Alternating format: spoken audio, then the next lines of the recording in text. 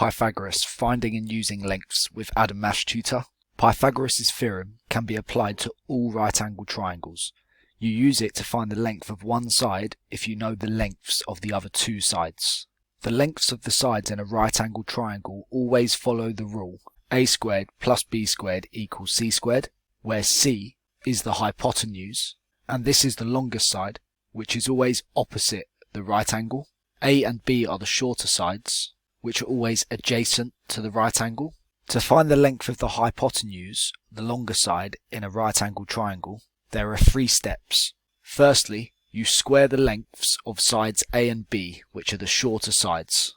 11.5 squared is 132.25, and 7.2 squared is 51.84. After squaring A and B, you then add the results, 184.09. Adding these together gives me c squared, so to work out c, I need to do the square root of this.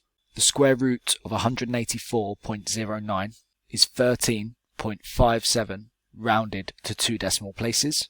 Notice for the second question, we already know what the hypotenuse is, but you can also use Pythagoras' theorem to find one of the shorter sides if you know the hypotenuse and one of the shorter sides. To do this, we need to rearrange the formula so that a squared or b squared is the subject.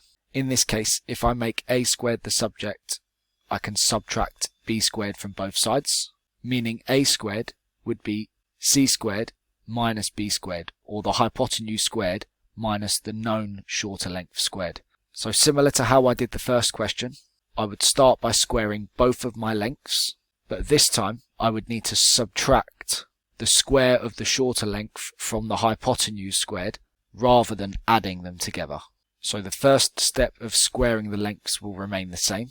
It's better to start by squaring the hypotenuse, 470.88, 15.9 squared, 252.1. Because I'm finding a shorter length, I subtract rather than add, 218.07, and the last step of square rooting will remain the same, giving me 14.77 kilometers to 2 decimal places. The shortcut to do all 3 of these steps in one go would be to square root the square of 11.5 plus the square of 7.2. Typing this into your calculator and pressing equals will give you the hypotenuse of 13.57 straight away. Likewise, the shortcut to finding a shorter length would be to do the square root of the hypotenuse squared minus or subtract the other shorter length squared. Typing this into your calculator will give you 14.77 straight away. Here are the intermediate questions with a slight increase in difficulty. This time, no calculator is allowed, as we're asked to find our answers as exact lengths. For the first question, I am finding the length opposite the right angle, which is the longest length, the hypotenuse. Using the shortcut discussed on the beginner questions, I can do the square root and then add the squares of the shorter lengths, 12 squared plus 5 squared. I'll have to simplify this without the use of a calculator. 12 squared is 144 and 5 squared is 25. Adding these together is 169, and the square root of 169 is 13. For the second question, the longest side or the hypotenuse is known, so I'm actually finding an unknown shorter side. Using the shortcut discussed on the beginner questions, I can do the square root and start with the hypotenuse squared, subtract the shorter length squared. Again, I don't have a calculator. 11 squared is 121 and 7 squared is 49. 121 minus 49 is 72. This isn't a square number, but I can simplify it further by using what I know about surds. Surds only appears on the higher tier papers, so if you had this question on the foundation papers, you can leave your answer as the square root of 72. But if you're following higher, you should be simplifying this further using your knowledge of surds. The square root of 72 is root 36 root 2, which simplifies to 6 root 2. On to the advanced questions, some of the trickiest questions that you're likely to find on this topic. For the first question, find the exact distance between points P and Q, which have the coordinates 11, 1 and 17, and 17, negative 7. In most cases, a diagram would be useful in helping us determine how to answer the question. If this is point P, which has an x coordinate of 11, and point Q has an x coordinate of 17, Q will be further to the right in a positive direction, and this helps us to label the length of the line by doing 17 take away 11, meaning the length of this line is 6. Likewise, if P has a y coordinate of 1 and Q has a y coordinate of -7, that will be below 1 going downwards, meaning Q will be somewhere here. To get from 1 to -7, the length of the line must be 8. Now I have my diagram. The question's asking me to find the exact distance between P and Q, which is this distance here. Notice how it's the longest length on what is a right angled triangle. I have got a calculator, and the hypotenuse can be found by doing the square root of 6 squared plus 8 squared, which gives me a final answer of 10. For the second question, an equilateral triangle has sides of length 10 centimeters. Find the area of the triangle. Here's my equilateral triangle. All sides are 10 centimeters.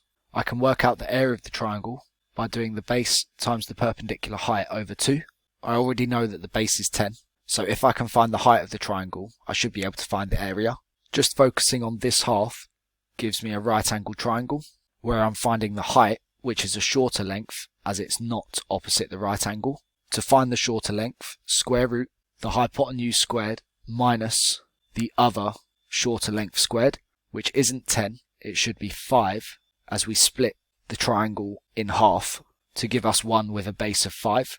This gives me 5 root 3, which I'll keep as an exact value rather than rounding this decimal, as I need to use this within another calculation. Now I can go back and use my formula for finding the area of a triangle. We do need to find the area of the whole triangle, so I'll resort back to using the base of the whole triangle, which was 10. Multiply this by the height of the triangle, 5 root 3, and divide this by 2. This gives me 25 root 3 as an exact value, or 43.3 centimeters squared rounded to one decimal place. Lastly, the triangle JKL is drawn inside a circle centered on the origin as shown. JK and KL have lengths of 3.6 centimeters and 5.7 centimeters. Find the circumference of the circle. I can find the circumference of the circle by doing pi times the diameter. Notice how the diameter that goes from J to L is the longest length of this right angled triangle, and can be found by doing the square root of 3.6 squared plus 5.7 squared. This gives me 6.74166. We don't want to round this number too soon, since this will impact our overall answer with rounding errors. Now I can find the circumference by doing pi times 6.74166, and the circumference is 21.18 centimeters rounded to 2 decimal places. Here's a question that I've already completed. I've made some mistakes. Pause the video, see if you can spot what they are, or write some corrections in the comments below. Thanks for watching. If you found that video useful, don't forget to hit the like button and leave a comment. If you're struggling with topics or finding maths difficult, subscribe and turn on notifications to receive regular updates about new video tutorials and other useful content. You can visit and follow all of my socials by clicking the links in the description below.